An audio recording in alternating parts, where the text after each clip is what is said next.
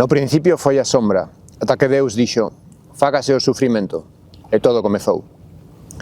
Non era habitual oír o pranto dun neno na monótona quietude da sancristía, pero o que resultaba insólito era que o salouco brotase sufocado tras o moble pechado das casulas. O arcanxo que presidía a anunciación do retablo lateral parecía ollar anoxado cara ao lugar de procedencia do ruído, a través da fenda entreaberta da porta do cuarto.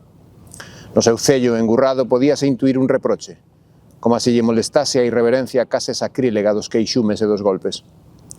O neno seguiu xemendo e rabuñando a fechadura durante un tempo semellante para ela a eternidade, ata que unha tose bella e familiar lle xeou o pranto na gorxa.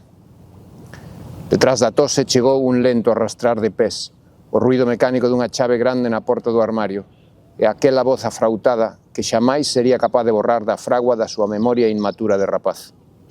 Pero, Cordeiro de Deus, non armes tanto balbordo. Coa porta aberta entrou a luz, unha luz pobre, de pavío canso, pero luz a fin e ao cabo, e un cheiro forte, a mistela, suor e allo, que lle provocaba arcadas e ao que aínda, a pesar do tempo, non conseguira afacerse.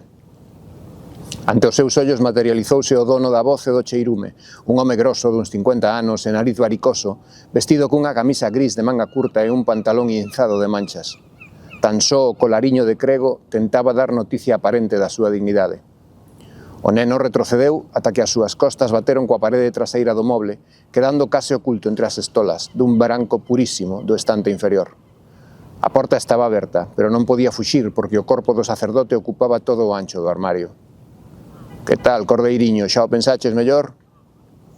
A pesar do atraso mental que encabezaba o seu certificado de minusvalía, o neno sabía perfectamente o que ia ocorrer a continuación.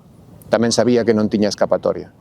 E aínda que non era capaz de apreciar todos os matices, era plenamente consciente da dor, da vexación, a humillante profanación do seu pequeno corpo, o rachón irreparable do seu xa desfavorecido intelecto, a dobre aldraxe por idade e natureza, o baldón para sempre como unha condena perpetua, a dolorosa traba emocional en forma de paradoxal culpa, un suma e segue para quen xa nacera cunha boa provisión de lastres. Da súa boca entreaberta empezou a caer unha baba transparente e acuosa. Ao tempo, como se ambos os fluxos tivesen unha mesma orixe, e tal vez en certo xeito así fose, na súa entreperna empezou a formarse unha gran mancha amarela, húmida e quente. Non era a primeira vez, nin sería a última.